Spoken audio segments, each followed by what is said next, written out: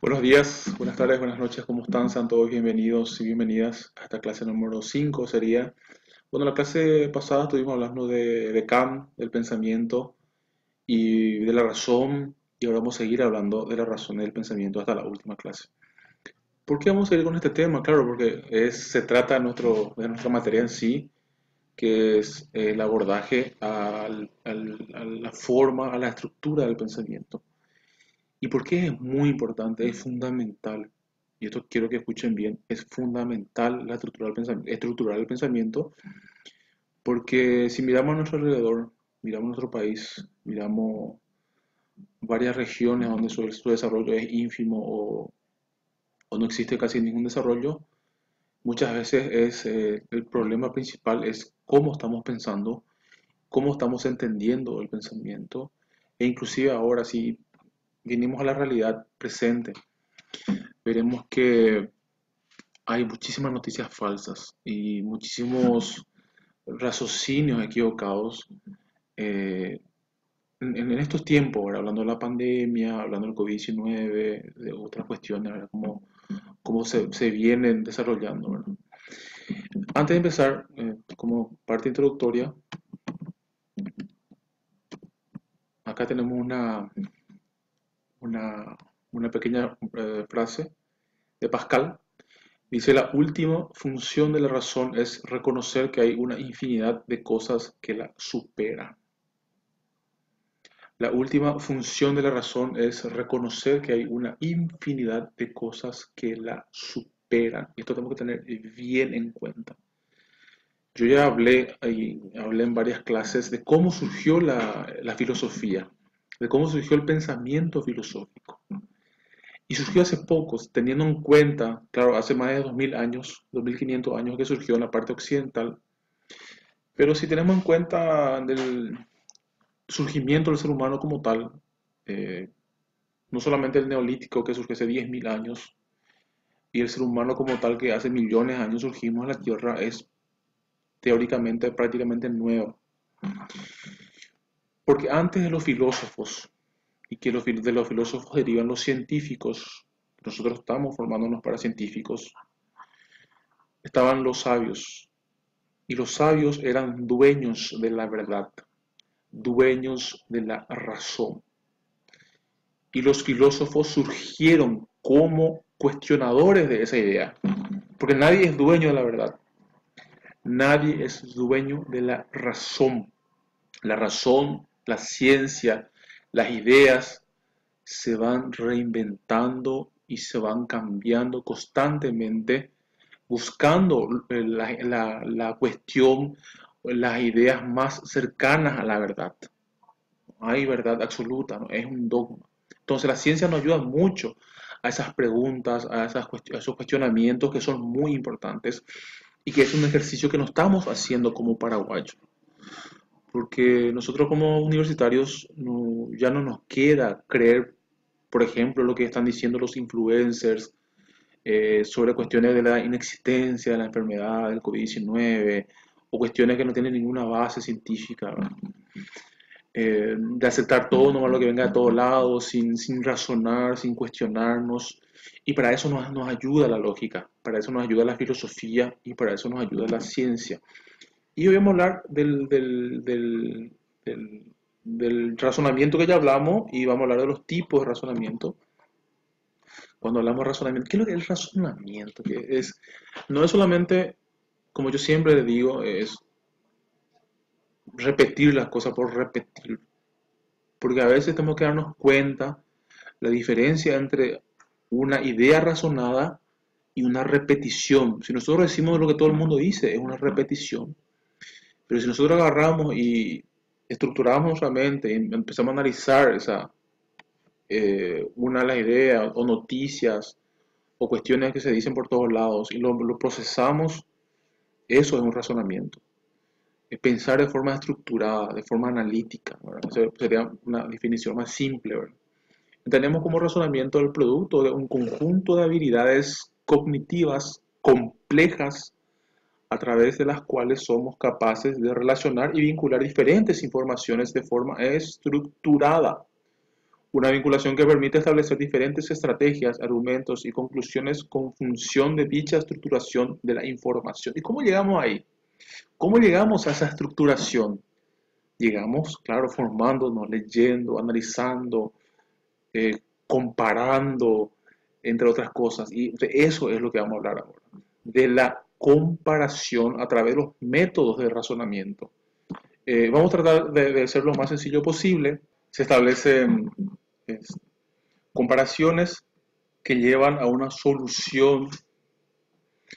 Acá vemos una persona haciendo toda esa metodología. Justamente nosotros, no es que vos caminando por la calle o cuando te llega una noticia o lo que sea, vas a ir haciendo esa analogía directa o ese silogismo ahí en tu mente, sino que entendiendo todo esto y leyendo y preparándonos a través de estos cursos, vamos a mejorar nuestra forma de pensar y vamos a dudar más, por ejemplo, de creer cosas así que se lanzan por lanzarnos, porque estamos en esa época y hay que hablar de esto, hay que hablar de las falacias, de las mentiras, justamente vamos a hablar también de las falacias que circulan por ahí y que no tienen mucho fundamento. ¿Por qué? Y no solamente fundamento científico, entre comillas, sino que ni el pensamiento común, que a veces es más común o más incomún de todos los pensamientos.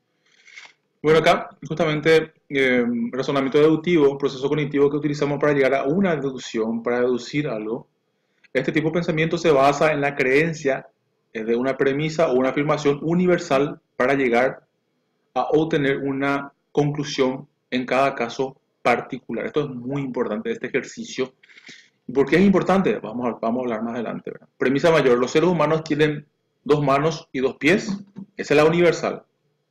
Todos los seres humanos tienen 2 manos y 2 pies. ¿Sí? A no ser que tengan una cuestión genética o un accidente, pero así de forma natural, nacemos con 2 manos y 2 pies. Entonces, Juan es un ser humano y Juan tiene 2 manos y 2 pies. Conclusión, esa es la conclusión, ¿verdad? O sea, todos los metales son maleables. Todos los metales, o sea, todo, entonces, cualquier metal.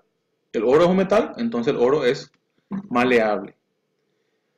Premisa 1, todos los seres humanos son mortales. El filósofo Aristóteles es un ser humano, en tanto Aristóteles es mortal. En el caso que no sea mortal, que sea inmortal, no sería un ser humano, ¿verdad? Porque no se conoce aún ningún ser humano inmortal.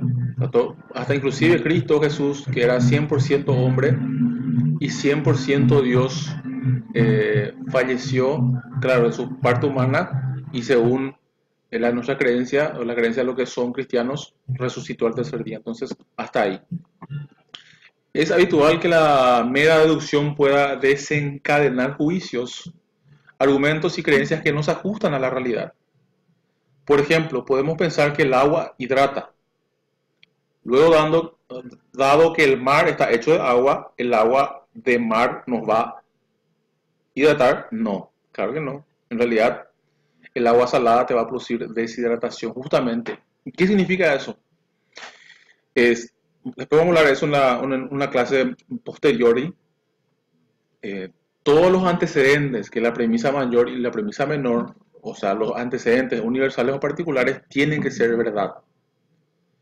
Vos no podés, o sea, no podemos sacar una conclusión de una premisa o de un antecedente falso. Si vos metés un solo antecedente falso en un razonamiento, la conclusión va a ser falsa. Por eso, tenemos que tener bien en las conclusiones que ciertas personas ahora justamente con la serie de mentiras que se está sacando por todos lados, dicen, bueno, vamos a concluir entonces, si todo el mundo muere de gripe, también la gente muere de COVID-19, entonces COVID-19 y gripe son la misma cosa.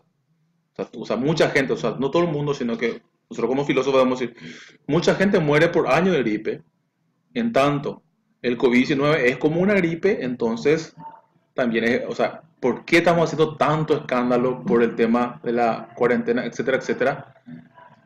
Parte de una premisa falsa. ¿Por qué parte de una premisa falsa? Porque el COVID-19 no se conoce como tal y no es igual a la gripe por una serie de cosas. No son iguales. Entonces es una premisa, no podemos comparar dos enfermedades diciendo que son la misma cosa si son distintas. Una una sola idea le voy a dar al respecto. La gripe tiene vacuna. El COVID-19 no tiene. Aún. Va a tener. Seamos positivos a la ciencia. Este, la gripe tiene tratamientos. COVID-19 no tiene.